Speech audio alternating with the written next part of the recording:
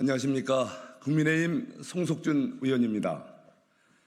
최상병 특검법 추진 관련 성명서를 발표드리겠습니다. 청년해병의 안타까운 희생을 정쟁의 대상으로 삼아서는 안 됩니다. 거대 야권은 28일 본회의에서 최상병 특검법을 일방 처리하겠다고 합니다. 수해복구 대민지원에 나선 청년해병의 안타까운 순직 사고에 대해 철저한 진상규명과 재발 방지 대책 마련 대신 이 불행한 사고를 정쟁의 대상으로 삼고자 하는 현실에 대해 대를 이은 해병대 출신 가족으로서 개탄을 금할 길이 없습니다. 무엇보다도 우선 철저한 수사를 통해 책임 소재를 명확히 밝히고 엄정한 처벌과 함께 재발 방지 방안을 마련해야 합니다. 야권이 무리하게 재의결을 하겠다는 최상병 특검법 추진은 대한민국의 권력분리 원칙과 사법 시스템을 근본적으로 와해시키게 될 것입니다.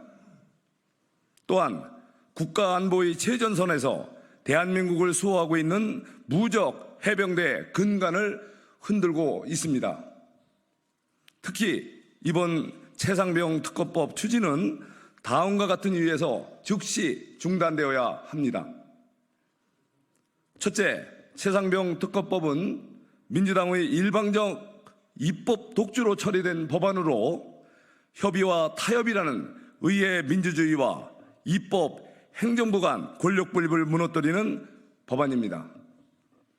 헌법상 특별검사 임명은 행정부의 수반인 대통령에게 있음에도 불구하고 민주당은 이번 특검법에서 여야 합의 없이 민주당에게만 특별검사 후보 추천권을 부여하여 사실상 특별검사 임명권을 자신들이 독점하겠다고 합니다. 이것이야말로 다수 의석으로 국회를 장악한 민주당이 이제는 행정권까지 자지우지하겠다는 것으로 이래서 대통령께서 제2요구권을 행사한 것 아니겠습니까?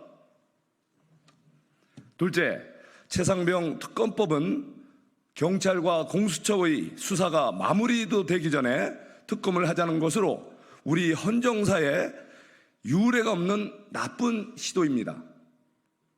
또한 이는 문재인 정부에서 민주당이 여당 시절 패스트트랙까지 동원해서 일방적으로 설치한 공수처를 스스로 무력화시키겠다는 것으로 전혀 앞뒤가 맞지 않는 자가 당착적인 행태 아니겠습니까?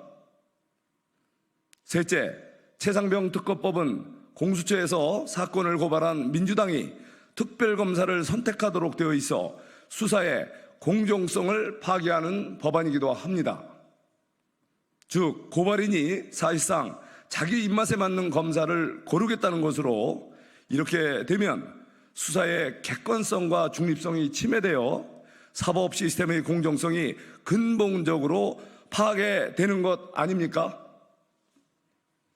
넷째, 민주당은 최상병 특검법에 대한 정쟁화와 여론 호도로 대한민국 안보의 최전선을 담당하는 최정예 군 조직인 해병대의 근간을 흔들어서는 안 될 것입니다.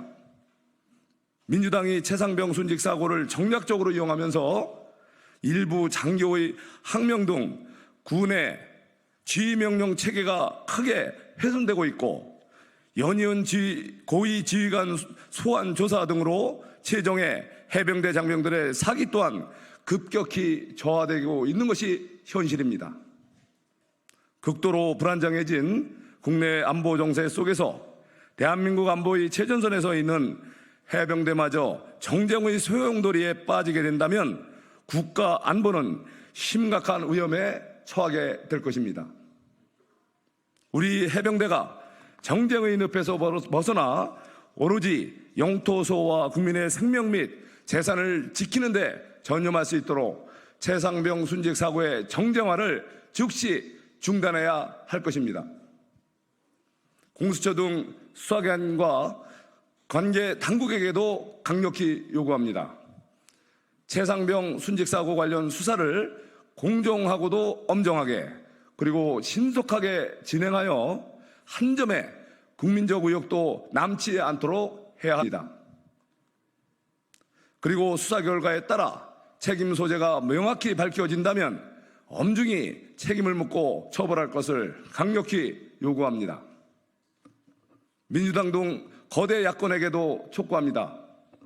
더 이상 최상병 순직 사고를 정략적으로 이용하려 하지 말고 책임자 처벌과 재발 방지 대책 마련에 적극 협조해 주실 것을 간곡히 요청합니다. 이것이야말로 21대 국회가 유종의 미를 거두어 민의의 전당으로 존중받을 수 있는 길이며 곧 시작할 제22대 국회가 상생과 조화의 정신으로 협치의 길로 나아갈 수 있는 첩경이 될 것이라 생각합니다. 2024년 5월 27일 국회의원 송석준.